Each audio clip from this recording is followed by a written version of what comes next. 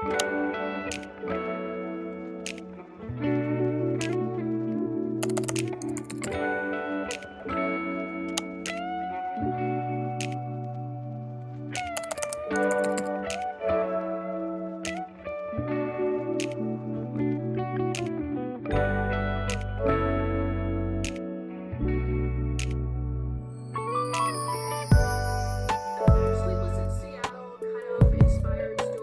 still a slow reader in comparison to many readers out there, where I am documenting how many pages I read a day.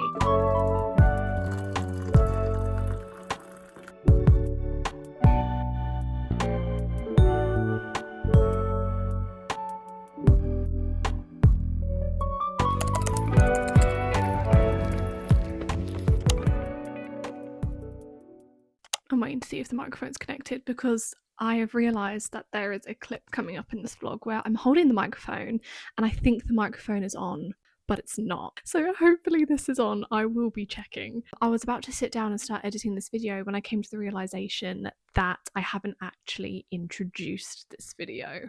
So hello my lovelies, welcome to this week's reading vlog. If you couldn't tell from the title, this week's vlog is going to be me documenting how many pages I can read each day as a slow reader.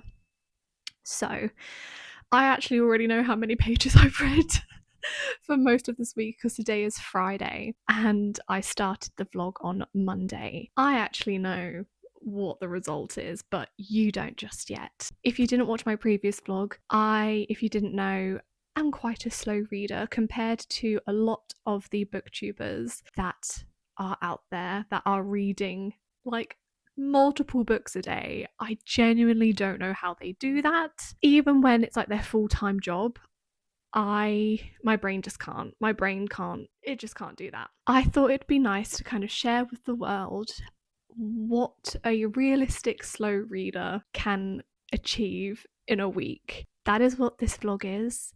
I really hope you enjoy. Please excuse the mess behind me. I am currently in the process of moving, so this vlog will actually be the last vlog that I film, I think, in this house. That's quite a terrifying thought that I've just had. Well, that's something I'm going to need to go process quickly, but anyways, I hope you enjoy the vlog. Take it away, past Victoria.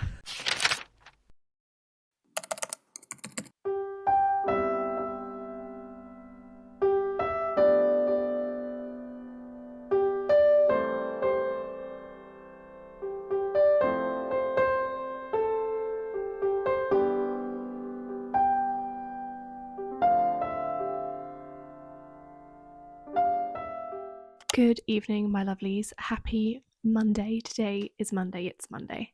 Happy Monday. It is currently 1 minute to 10 in the evening, and you would have thought I would have done an update sooner, but alas, I did not. I can only apologise. The next couple of weeks, I mean, it's hard to judge. I don't know. I'm not a full-time student anymore, but I'm still a slow reader in comparison to many readers out there. However, days like today where I have more time, obviously I'm going to be able to read more. It is what it is. I had a really short shift at work today. I only worked 4 hours, so I was able to read this morning and then I was able to read this evening. So the book that I'm currently reading is 10,000 Stitches by Olivia Atwater. This is a cozy, light academia fantasy, very Downton Abbey vibes. It's kind of like a Cinderella retelling. I am really enjoying it so far. Today I've read a total of 72 pages. Now that's actually quite a lot for me in a day.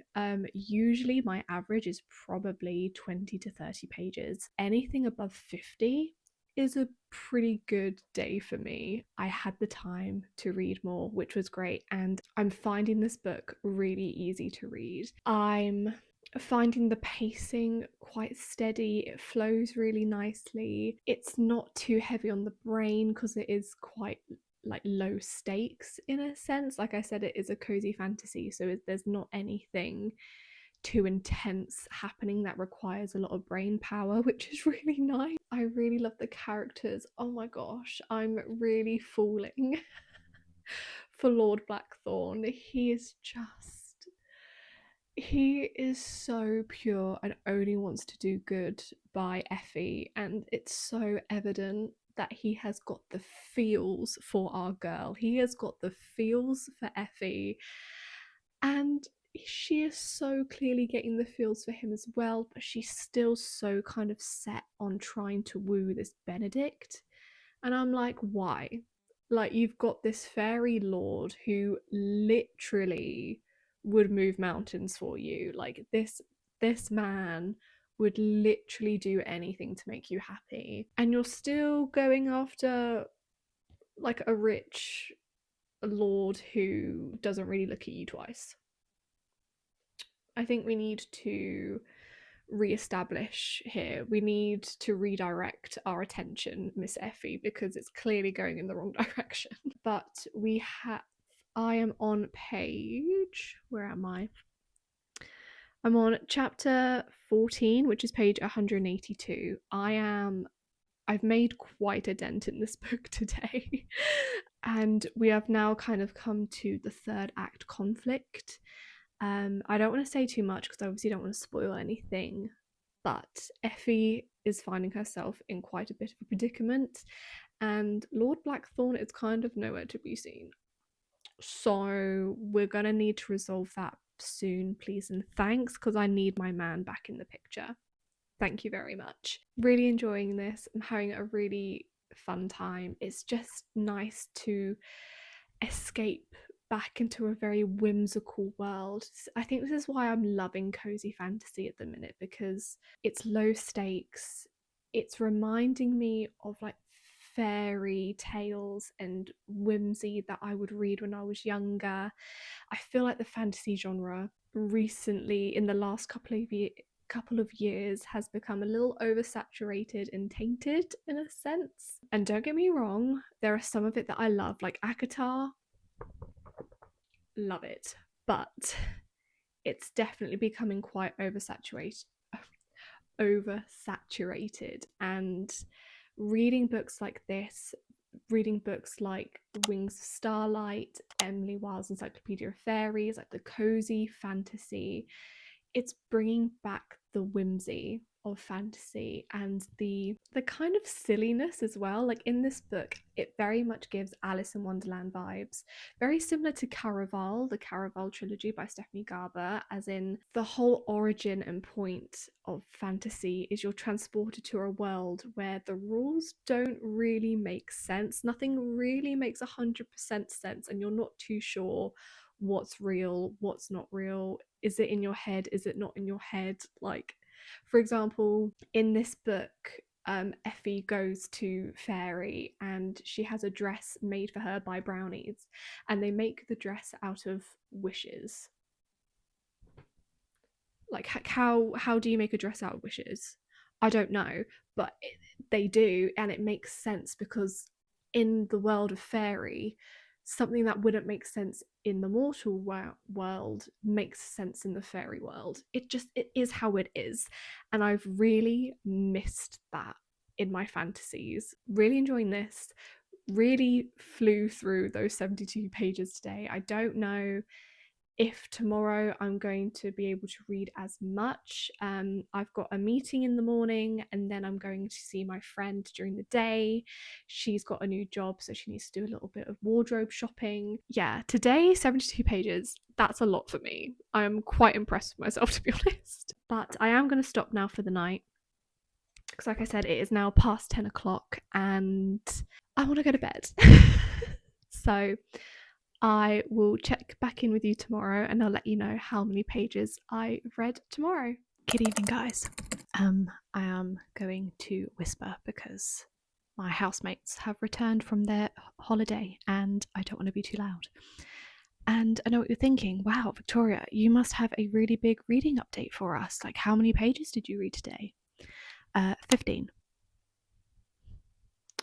Yeah, I read 15 pages today. So When I told you I'm a slow reader, I wasn't lying. I think we're just gonna skip to tomorrow. Yeah. Have a good night's sleep.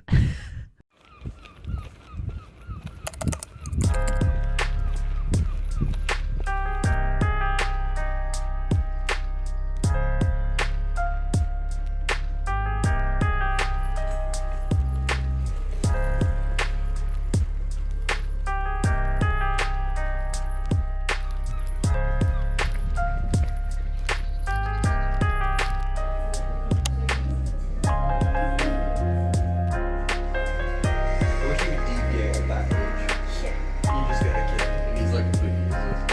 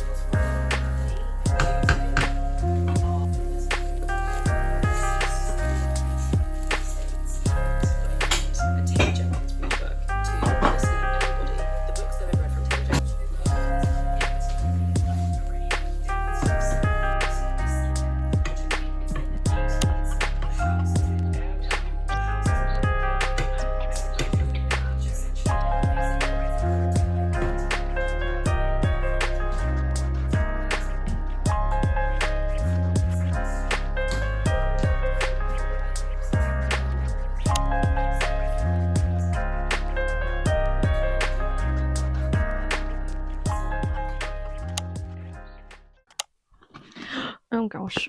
I haven't organised this very well, have I? No, I haven't. Okay. That'll do, right? Sure, why not?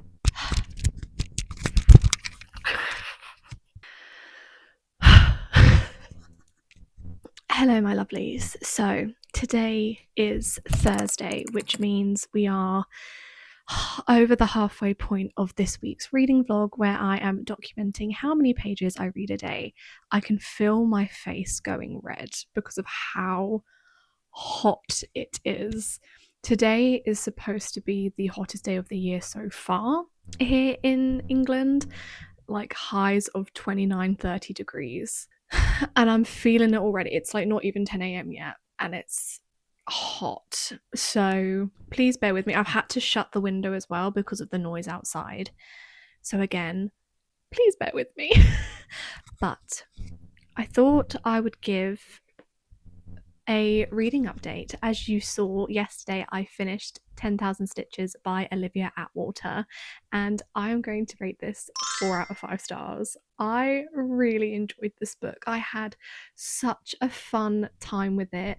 There wasn't a moment where I was bored or like not interested in it. I really like this kind of unique Cinderella retelling twist that Olivia Atwater kind of brought to the table. I thought it was a lot of fun and kind of a unique twist on the romance side of it as well. That was quite nice. I really like our main character Effie, and I really like how Olivia Atwater brought forward the conversation of how we respect people depending on, you know, their, I guess in this case, class. That was obviously a very big theme considering the time period this is set in. This is very much Downton Abbey vibes. If you like Downton Abbey, I feel like you would really enjoy this book a lot. It was that really lovely kind of whimsical fairy tale-ness that I've been craving recently. Very sweet and innocent. Our main character Effie, she's not the damsel in distress per se.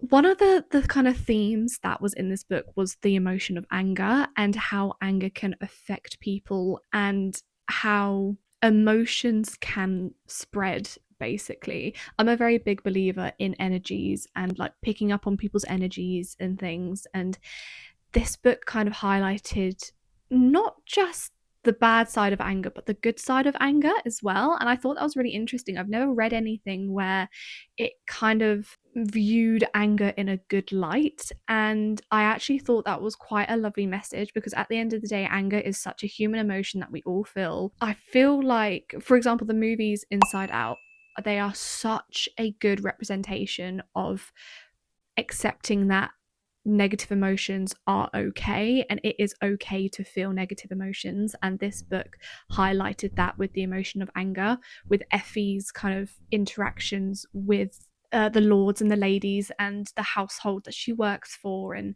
the other staff around her, and the fact that at first the staff were kind of pitted against each other, but at the end of the day they realized they were all just angry at the same thing, and that kind of brought them together in the end. And that was really, really lovely to see. We had a really lovely friendship dynamic in here between Effie and her friend Lydia. That was really lovely as well.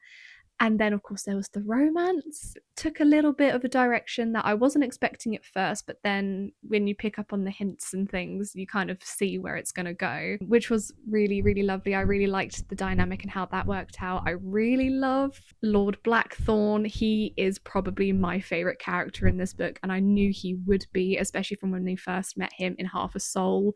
He is just so pure, especially with the whole idea that all fairies are like mischievous and up to no good, and all they want to do is trick humans and things like that. All he wanted to do was help and do good by Effie, and it was so sweet. Very low stakes, just a really lovely read. So if you're looking for something quite quick, fast paced, doesn't take a lot of brain power, low stakes, cozy, fantasy, whimsical, this is definitely a contender. I would definitely recommend this. Again, if you're a fan of Downton Abbey, Regency vibes, I would highly recommend it. 4 out of 5 stars. Fabulous. I think I may have even enjoyed this more than Half a Soul. I feel like this one is going to stick with me more than Half a Soul did. But that now does mean that I need to pick my next book, because I still have today and tomorrow of reading left, which is quite exciting. And I'm looking at my TBR cart, and with how gorgeous this weather is, there is one book in particular that is kind of screaming at me, but then there's another book that's screaming at me. So let me show you what they are. Oh gosh. Okay, so you're gonna have to excuse the poor lighting because we're now next to the window, and that's my D&D stuff. Here is the wonderful TBR cart. This is where it lives usually, and oh gosh, there's so many books on here. Anyway, the 2 books that I'm thinking of starting. First one, Problematic Summer Romance, Allie Hazelwood's newest release. I don't think any of us are surprised by this, and like I said, today is the perfect weather to read this book, I feel like. So that's contender number 1. And then contender number 2, Funny Story by Emily Henry. Again, this just screams summer to me. Oh no! I'm making a mess of my pages. Again, the cover just screams summer vibes. And also because I've just read a fantasy, I'm now kind of craving something a bit different. I don't know where this is set, because again, it looks very summery, summer. So this starts in May. Interesting. So that take it then that this happens over the course of summer. That makes sense. But then I know that this is going to be super summery because it's set in... Is Taormina a real place? I should probably look that up. I don't know. The thing is, I feel like the Emily Henry one is going to have some more hard-hitting themes in it, because I know Emily Henry tends to do that, and I don't think I'm ready for that. I don't think that's what I want. Honestly, I think I'm going to go with Problematic Summer Romance by Allie Hazelwood. She's one of my go-tos. We know this by now. And I feel like I just need something that's kind of quick and easy to read, especially with the fact that I don't really want to get into like a hard-hitting fantasy right now. I really, really don't.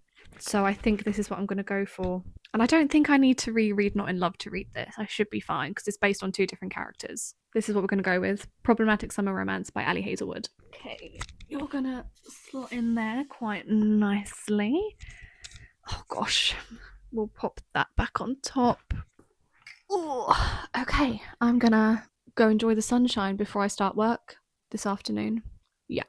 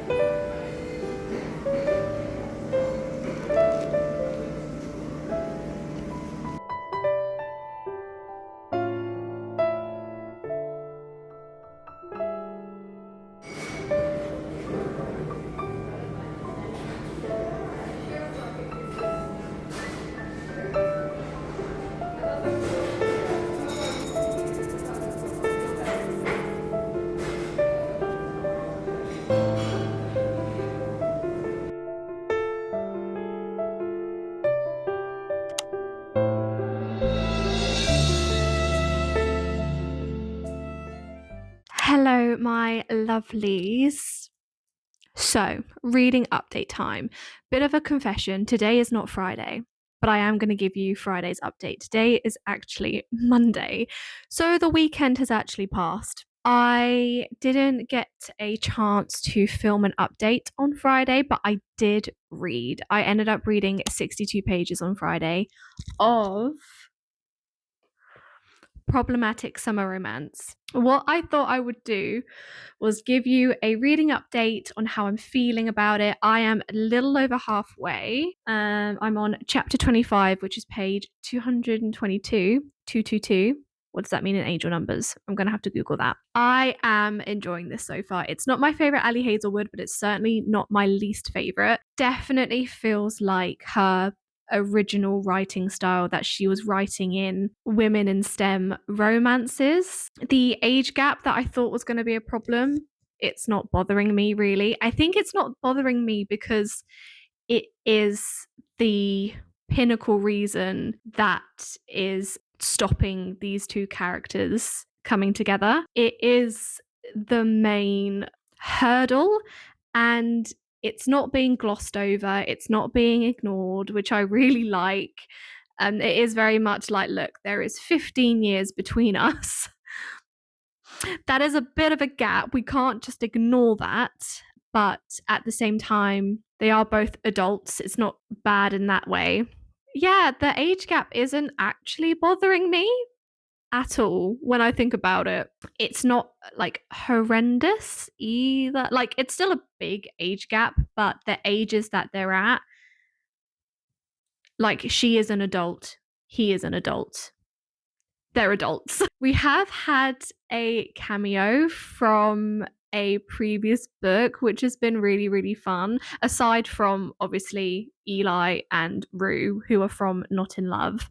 So I'm kind of curious to see if they're going to pop up again, because that would be really, really fun if they do. I don't have any overall big feelings and thoughts and opinions.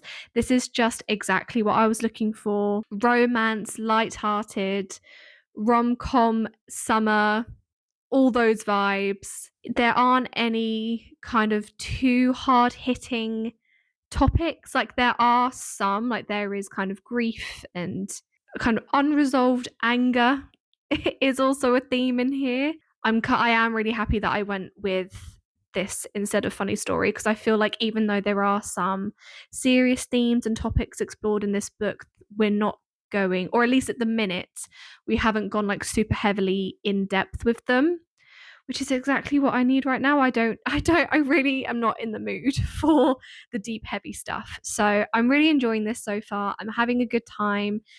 As always, Allie Hazelwood's writing is just so easy for me. I'm kind of semi-breezing through it.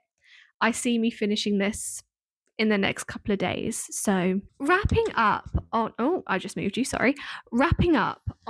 how many pages I read this week. 5 days, because I did Monday to Friday. The total is 232 pages, which I'm happy with. Like I said, I'm a slow reader. I'm not out here churning out hundreds and hundreds of pages a day. That is just not how my brain works. That's not how I work. And I'm kind of hoping filming this, one, this was definitely inspired. I will put the video that I watched here. I cannot remember the title. I want to say it was Allie that did it, but I watched this reading vlog when she documents how many pages she reads as a slow reader and as a corporate girly. And I was like, there's more of us out here. There are more of us out here that don't speed through these books. There's more of us out here that read at a leisurely pace. Some of us are dyslexic, and some of us get distracted and get through books a little bit slower than everybody else, and that's okay. And I wanted to make myself known to all of you. I am one of those girlies. If you are also one of those kinds of readers that slow, you take your time, you're not rushing through them. And this isn't me saying that like fast readers rush through books. That's not what I'm saying at all. If you're a fast reader, that's also amazing. And I love that for you. And I'm loving the fact that you're getting through like 15 to 20 books a month. But that is just not me. And I'm really wanting to try and find some more slow readers like myself that just can't get through books that quickly. So if you're one of those, please let me know in the comments below, because I would love to meet you and know that I'm not alone, that I'm not the only one out here. That is pretty much it for this week's video. I really hope you enjoyed. Let me know down below what kind of reader you are. Are you a fast reader? Are you a slow reader? I also have come to the realization I can only read one book at a time. I am not one of those that can read multiple books at once. I just can't do it. My brain cannot do that. I'm in one place at one time. That's all I can focus on. Are you the same? Or can you read multiple books at once? Again, let me know. The only difference for me is that I can read a physical book and listen to an audiobook. So the audiobook I'm listening to is still Mythos by Stephen Fry, and I'm really loving it. But I've also realized in the last year that when it comes to audiobooks, I can only listen to audiobooks of books that I've already read before, because again, my mind wanders and I cannot pay attention long enough to an audiobook to like follow it along, especially if it's a new book where I have to pay attention because I don't know what's happening. So I really enjoy audiobooks of the books that I've already read. So for example, Howl's Moving Castle, Emily Wilde Encyclopedia of Fairies. I've listened to the audiobooks of those and they are amazing. And it was also a really lovely way of delving back into those worlds that I love and revisiting those characters that I adore. Those audiobooks are really, really good. I highly recommend listening to them. The narrator did a fabulous job narrating both of those books because they have accents and they are chef kits, beautiful, wonderful, highly recommend. So, yeah, that is all from me this week. Again, I hope you enjoyed this video. Let me know what type of read you are down below. What are you currently reading? And I hope to see you in the next one. Bye.